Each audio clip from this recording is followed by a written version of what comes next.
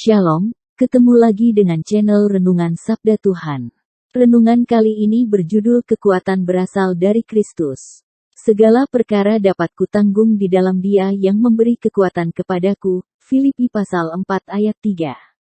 Sebelum melanjutkan, saya berdoa bagi yang sakit, apapun penyakitnya, dalam nama Tuhan Yesus sembuh, bagi yang miskin diberi berkat yang berlimpah-limpah, dan yang bersedih diberi kebahagiaan. Amin. Lanjut pada renungan kita. Kata W.H. Murray, apa saja yang engkau dapat lakukan, atau dapat mimpikan bahwa engkau dapat mengerjakannya, mulailah melakukannya. Mimpi-mimpi besar terjadi saat orang mulai mengambil langkah pertama. Ingat, Tuhan selalu siap menolongmu melakukan pekerjaanmu, karena Dia ingin hidupmu berhasil.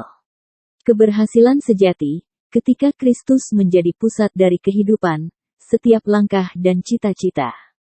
Ada rancangan yang begitu besar, akan selalu membawa Anda pada sukacita yang tak terhingga, ketika menapaki jalan yang telah Kristus lewati.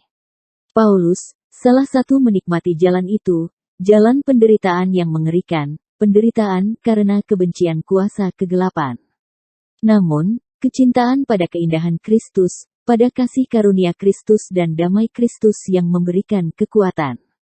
Injil adalah kabar yang harus sampai ke seluruh dunia, memberikan dampak bagi jiwa yang terhilang dan ada dalam kematian. Mungkin jalan terlihat buntu, seakan tanpa harapan dan kekuatan, ada di dalam ketakutan dan kegelapan. Kesepian yang teramat dalam, kesendirian karena Injil. Semua hal buruk dan sangat buruk dapat terjadi ketika Injil benar-benar menjadi pusat kehidupan. Saya tidak sedang membawa Anda pada kebohongan bahwa ketika Anda melayani sesama, mengasihi, maka semua hal baik akan terjadi atas kehidupan Anda. Kita harus sadar bahwa dunia sangat membenci salib, membenci karya keselamatan yang telah secara sempurna Kristus kerjakan bagi manusia.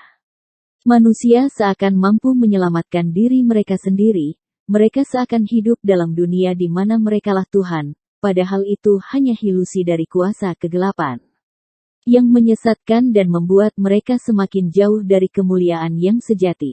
Saudaraku, segala perkara dapat ditempuh, dapat dikalahkan, dapat dilalui dan kita dapat tetap tenang di dalamnya. Walaupun kita secara sadar bahwa jalan yang ditempuh tidaklah mudah, jalan penuh tantangan dari kuasa kegelapan, jalan yang dipenuhi kebencian dari sesama manusia yang tidak menyukai Injil. Namun dalam kasih yang berasal dari Tuhan, kenikmatan kasih karunia, hati yang dipenuhi kuasa Roh Kudus, maka kita dengan penuh semangat memberitakan kasih Kristus. Kasih karunia dari Tuhan, di dalam Kristus, hanya di dalam Dia. Maka sukacita, kasih, kekuatan, kemampuan dan makna dari kehidupan kita temukan, kita meraih kasih yang diri terdalam kita rindukan, kita bersuka di dalam kasih yang sedemikian besar. Dan hidup hanya untuk kemuliaan Kristus, memberitakan kemuliaan itu dan bersuka dalam kemuliaan itu. Pada akhirnya, inspirasi kehidupan sejati adalah Kristus, pusat dari alam semesta dan diri Anda dan saya sendiri. Dia yang telah disalibkan untuk menerima semua hukuman dosa, sehingga barang siapa yang percaya kepadanya tidak akan binasa, melainkan memperoleh kehidupan yang kekal bersama Dia, menikmati keindahannya dan bersukacita karena kehadirannya yang nyata. Bapa, segala perkara dunia, aku dapat kalahkan. Di dalam Kristus perkara kekal adalah bagian kehidupanku.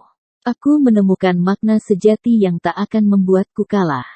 Hanya ketika tujuan ilahi menjadi tujuan hidupku, tujuan kekal, menjadi pusat yang aku pikirkan dan rasakan.